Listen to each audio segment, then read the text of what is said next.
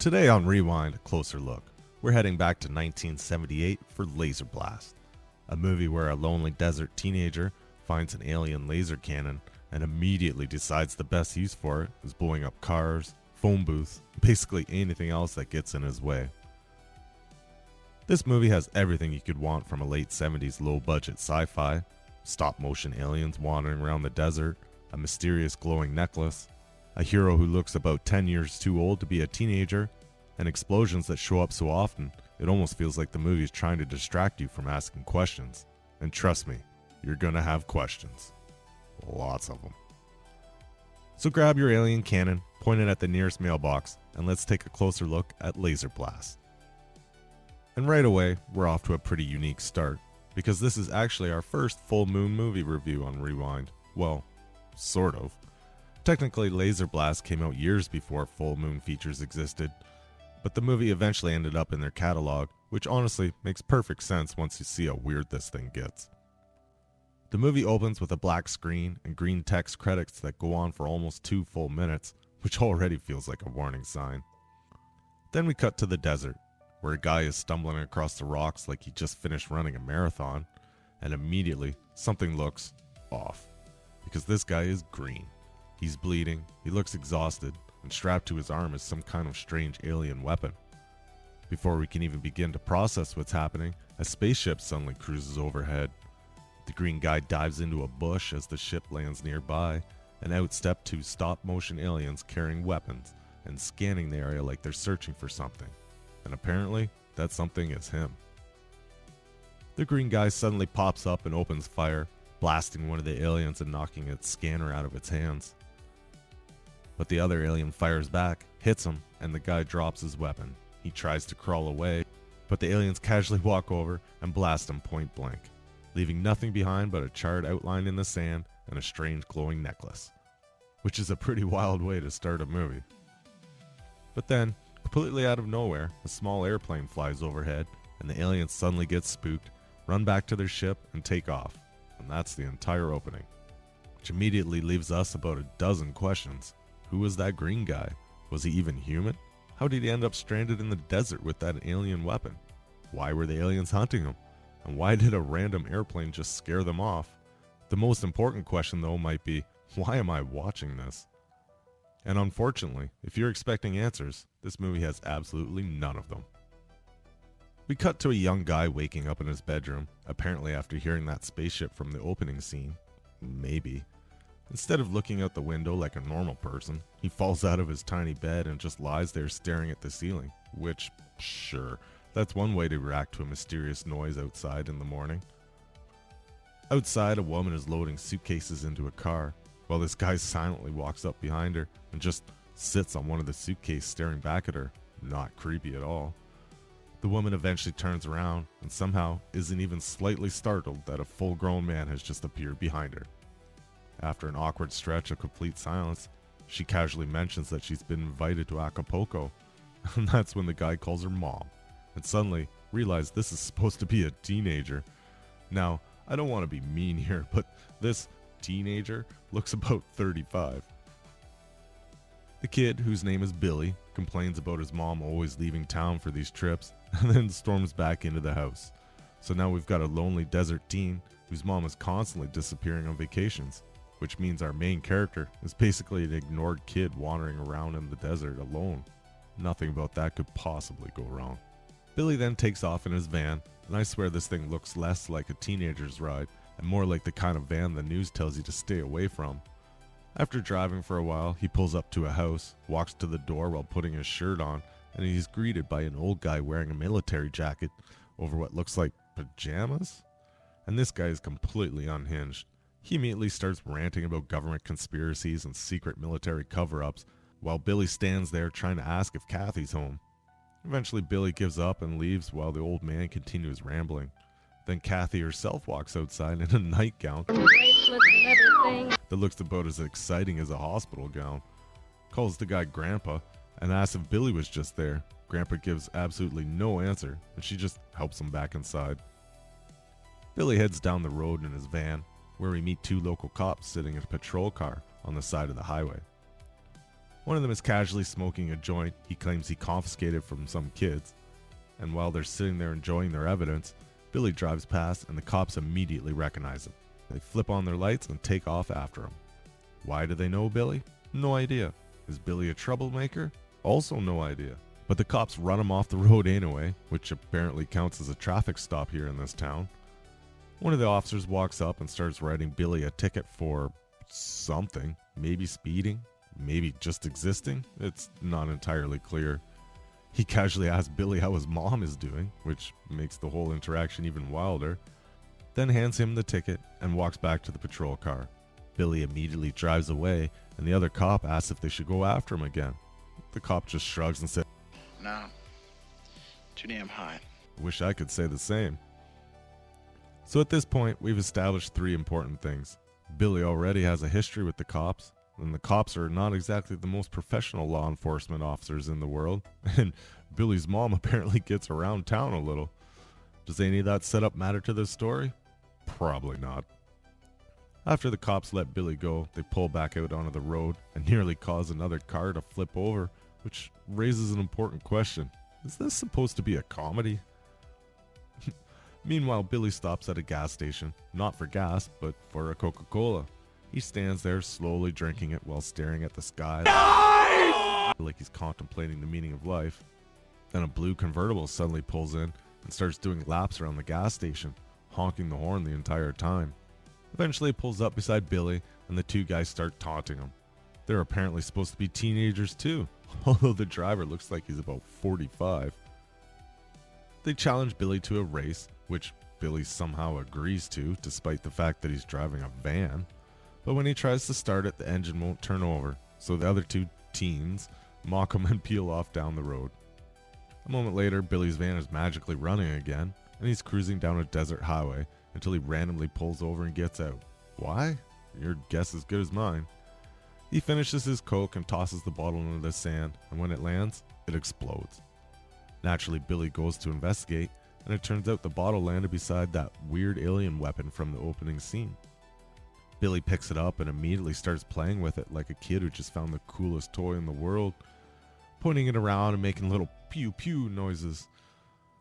While wandering around the area, he eventually finds the charcoal outline of the green guy from the beginning of the movie. When Billy picks up the strange necklace lying nearby, the weapon suddenly fires. Startled, Billy drops the necklace and the gun stops working. So Billy immediately figures out that the necklace and the weapon have to be used together. And just like that, he starts blasting away into the desert, creating little fireballs all over the place like he just discovered the world's most destructive toy. And he's clearly having the time of his life. Back at the gas station, a man finishes paying for his gas and asks the attendant where he can find a hotel. As he drives away, we see the car as a Washington license plate, which immediately makes it feel like this guy might be some kind of federal agent. Meanwhile, Kathy is riding her moped down the road and eventually arrives at a little desert picnic Billy has set up beside his van. Hopefully this picnic goes better than Falcon's at Dark Drive. Julie!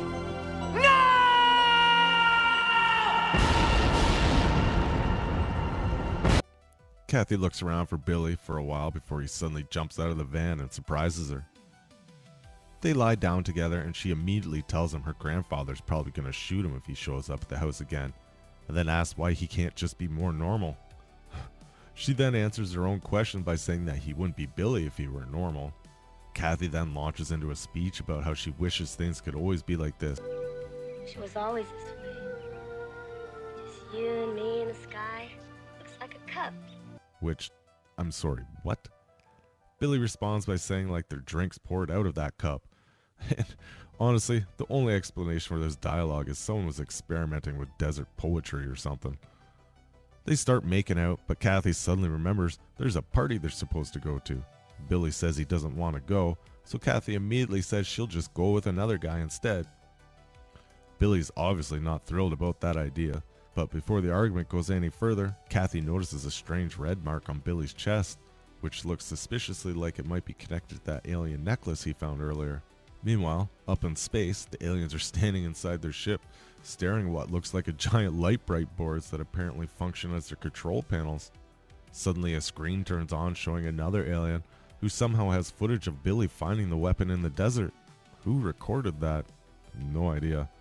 But after a bunch of alien pointing and screeching, it's pretty clear the message is simple: go back to Earth and retrieve that weapon. So the ship turns around and heads back. Back out in the desert, our mysterious federal agent is now examining the shattered Coke bottle Billy destroyed earlier.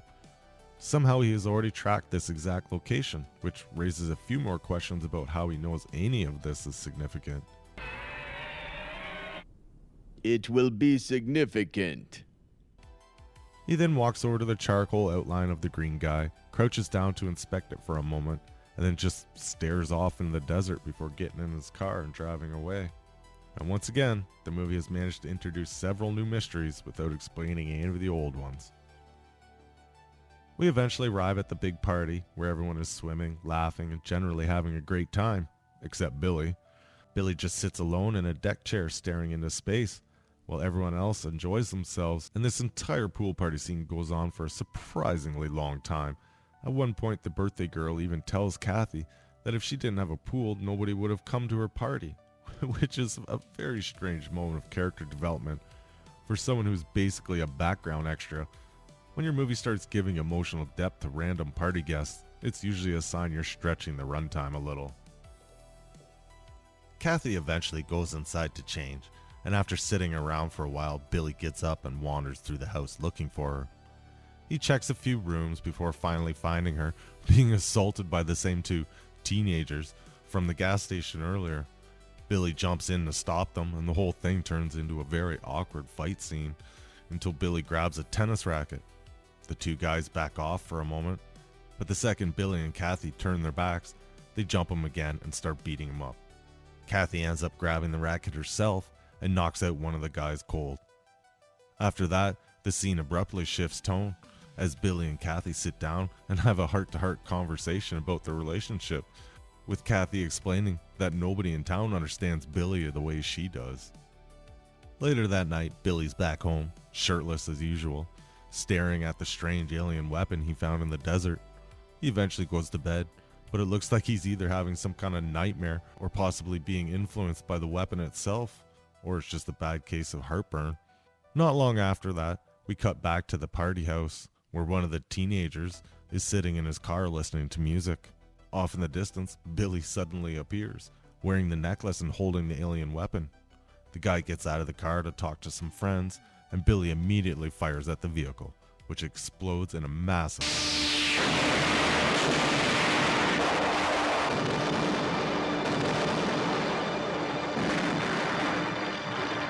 Next morning, we're at the police station, where our two not particularly professional cops are told to investigate the car explosion and take statements from the people who were at the party. But instead of just sending them to the scene, the movie lingers here for several minutes while the sheriff walks around the office, chats with the secretary, and eventually just sits down at his desk. None of this really adds anything to the story. The cops could have just shown up at the crime scene and we would have understood exactly what was happening. But the scene does introduce one important character, because right in the middle of all this, the mysterious federal agent walks into the station. He immediately tells the sheriff to take his boots off the desk, spit out his cigar, and stand up. After flashing his credentials, the sheriff's attitude changes instantly. The agent orders him to lock the town down and to make sure nothing gets in or out without him knowing about it. And then he asks for the names of everyone who attended the party where the car exploded. Which means the authorities are finally starting to realize something very strange is happening in this town. Unfortunately, they still have no idea of just how strange things are about to get. Back at Billy's house, Kathy shows up to take him to the doctor so someone could finally look at that strange mark on his chest. Billy insists he feels great and thinks it's silly to go see a doctor when nothing actually hurts. Kathy isn't buying that though, and asks to see the spot again. When Billy shows her, it's clearly gotten bigger and a lot weirder looking. At that point, Billy finally agrees that maybe seeing a doctor isn't the worst idea and hops in the car. On the drive over, Kathy casually mentions that someone blew up one of their friends' cars the night before. Billy acts completely shocked by this news, which is pretty impressive performance considering he's the one who did it. Meanwhile, at the police station, the two local cops are questioning the kids from the party about the explosion. One of them says he saw a flash from the sky that blew the car up, and immediately jumps to the conclusion that it must have been aliens, which would actually be a pretty good guess in most sci-fi movies. Except in this case, we know it wasn't aliens at all. It was just weirdo Billy walking around the desert with his new alien super weapon. At the doctor's office, Billy's getting tests and scans done while the doctor takes a look at that strange growth on his chest. And honestly, the prosthetic effect here is pretty great. It looks like some kind of metal object is trying to push its way out through Billy's skin. The doctor basically shrugs, says, "I have no idea what that is," and then suggests that maybe they just cut it out anyway. Billy agrees, and after a quick procedure, the doctor removes the object.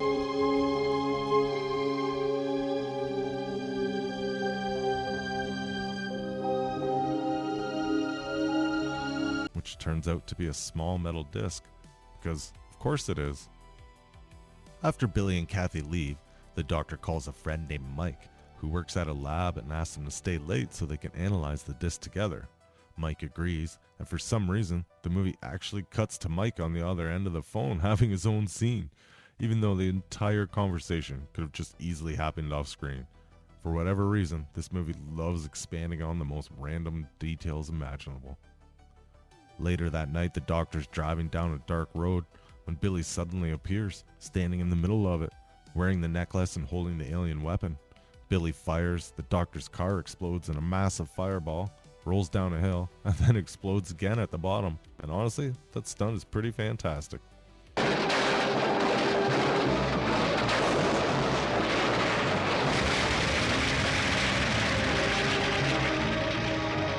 After the explosion, the camera pulls back to reveal that the aliens are watching the entire event on a monitor aboard their ship. Meanwhile at the lab, the clock reads 2:15 in the morning, and Mike realizes the doctor never showed up. So he calls the doctor's house and then the police station, saying that there may have been an accident. Which again raises the question, why do we need this scene? We already know the doctor never made it to the lab. Back at the crash site, the federal agent is digging through the wreckage of what's left of the doctor's car and eventually finds the metal disc. He takes it with him and tells the cops to call the lab and inform Mike about what happened. Then he asks for a list of every patient the doctor has seen recently. Finally, the agent says they need to hurry because they're running out of time. Which is interesting because this guy clearly knows a lot more about what's going on than anyone else in the movie. Unfortunately, he still hasn't bothered explaining any of it to us yet. Oh, come on! Not long after that, the cops pick Billy up and bring him to the station because the federal agent wants to ask him a few questions. The sheriff starts asking Billy about the recent car explosions around town, and Billy calmly explains that he was at the doctor's office dealing with a sore on his chest. And for some reason, the sheriff and the agent immediately just ask to see it, which raises the obvious question of why. But Billy shows them anyway, and the reaction from both of them is basically the same, a collective yuck. After that, they simply just let Billy go. And as he walks out, the agent reminds everyone in the room that everything they saw stays strictly confidential, which would be a lot more reassuring if this guy would finally explain what's going on. The agent then heads out to the car and watches Billy walk away for a moment before we cut over to the lab where Mike, yep, Mike again, he is now helping analyze the strange metal disc, and after running a series of tests, Mike tells the agent the disc definitely isn't made from any material found on Earth, and apparently it's growing? Sure. The agent then asks if Mike had discovered any way to destroy it, and Mike just says no, which raises another question. How exactly would that even be a test you run in the first place? The agent then thanks Mike for his help, shakes his hand and leaves, which hopefully means this is the last time we have to check in with Mike in this extremely unnecessary subplot. Later that night, the two cops stop at a gas station to grab a Coca-Cola. As they step out of their cruiser, we see Billy standing up on a nearby hill, fully powered up again with the alien weapon. One of the cops heads into the bathroom while the other waits by the car. Billy fires the weapon, instantly blowing up the bathroom, and then the other cop takes off running. But Billy keeps firing, destroying the gas station, the police car, and eventually the cop himself. Billy's alien rampage has officially begun.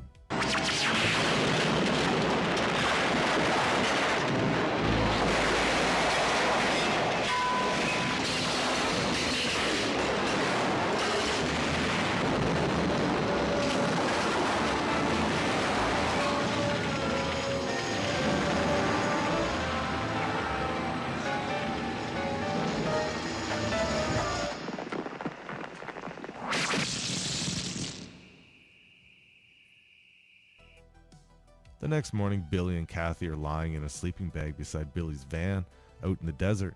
It kind of looks like they spent the entire night there, which raises several questions, but the movie doesn't seem interested in answering any of them.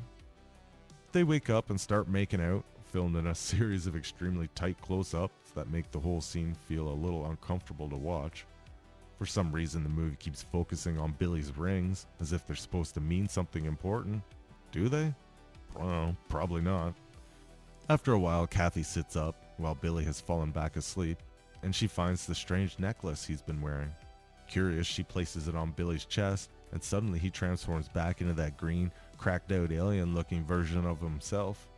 Kathy screams and runs away, but Billy tries to chase her, only to run directly into his own parked van and collapse on the ground. And then, because this movie never misses an opportunity to add one more confusing subplot, the federal agent suddenly goes to visit Kathy's grandfather. Apparently the two of them know each other from their time in the military. Why does that matter? At this point, your guess is probably as good as mine. We cut back to town where a pinball machine suddenly explodes for absolutely no reason, which of course means Billy has arrived. He's still in full Green Goblin mode, and now he's wandering through town, blasting anything that gets in his way, before eventually running back out into the desert. We check back in with our two teenage bullies, who now somehow have a brand new car, and the movie spends a surprisingly long time just driving around with them for no apparent reason. At one point, we even see a small airplane taking off nearby, which eventually turns out to matter, but the movie really takes its time getting there. Out over the desert, the plane now has two cops in it, and they've decided the best way to deal with Billy is apparently to go dive bombing him with a rifle. Billy fires back with the alien cannon, while hiding among the rocks as the plane keeps making passes. At one point, the cop even yells that he thinks he hit Billy, but Billy's just standing there completely unfazed. Apparently, this alien gear comes with some pretty solid damage resistance. Then Billy starts doing what one can only be described as some sort of interpretive victory dance, fist pumping at the sky like he just won the world's strangest boxing match. The plane circles back for another pass. Billy fires again, and this time the aircraft explodes out of the sky, and Billy celebrates with another fist pump. You're the best around. Nothing's gonna ever keep you down.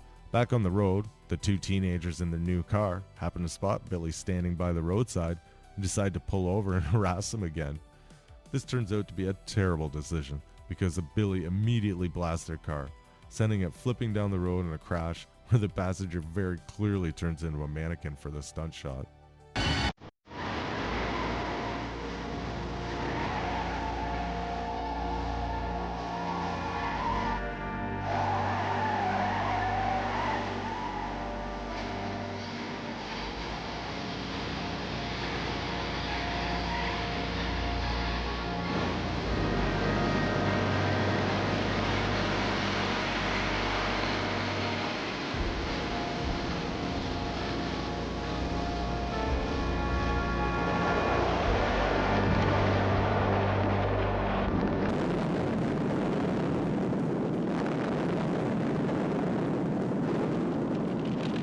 At this point, the aliens have finally returned to Earth, and they are investigating the explosions Billy has been leaving behind.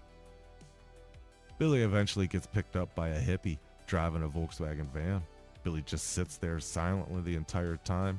For some reason, he's not even green anymore. Why? No idea. Then completely out of nowhere, Billy spots a roadside billboard advertising Star Wars and immediately shoots it, blowing the sign to pieces, which raises an important question, but what exactly did Star Wars do to deserve that? Billy then puts the necklace back on, turns green again, and blasts the hippie right out the open side of the van. Billy drives away in the Volkswagen, now missing a door, which is honestly a pretty great visual gag. Soon Billy is back in town, causing complete chaos. He blows up a miniature phone booth, cars, a mailbox, and a newspaper stand. Basically anything that happens to be nearby, while continuing his strange little celebratory dance between the explosions. Eventually the cops show up and Billy blows them up too. Just as Billy starts walking away from the destruction, the federal agent suddenly arrives with Kathy in the car. Billy steps out from the alley and is instantly hit by a beam of energy fired from a nearby rooftop, It's one of the aliens. The blast knocks Billy to the ground, and then the alien just leaves. Kathy runs over to Billy, who is no longer green, and whose chest has returned to normal. She kneels beside him, and before we get any kind of explanation about what just happened, the movie simply rolls the credits. And that's the end of Laserblast. So is Billy dead? Honestly, who knows? This is one of those movies where the longer it goes on, the more questions it creates. Scenes run way longer than they need to, random characters get more backstory than the main character, and half the time it feels like the movie's just wandering around the desert trying to figure out what it wants to be. But at the same time, there's some genuinely fun stuff here. The chest prosthetic is actually pretty great, the explosions are fantastic for a low budget movie, and those stop motion aliens are honestly awesome. They look like something straight out of an old Ray Harryhausen creature feature, and every time they show up, the movie instantly becomes more interesting. So while the story might be a confusing mess, if you're here for weird 70s sci-fi, desert chaos, and a teenager running around with an alien cannon blowing up random objects, well, Laserblast definitely delivers on that. And honestly, sometimes that's enough.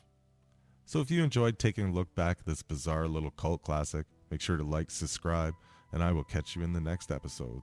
Hold up. Hey. You know what Fanny told me this morning? She ate the whole birthday cake. No. Be serious. Someone blew up Chuck's car. What?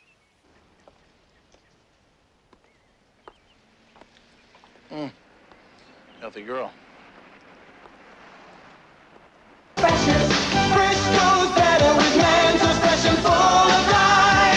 Mentos, the fresh maker.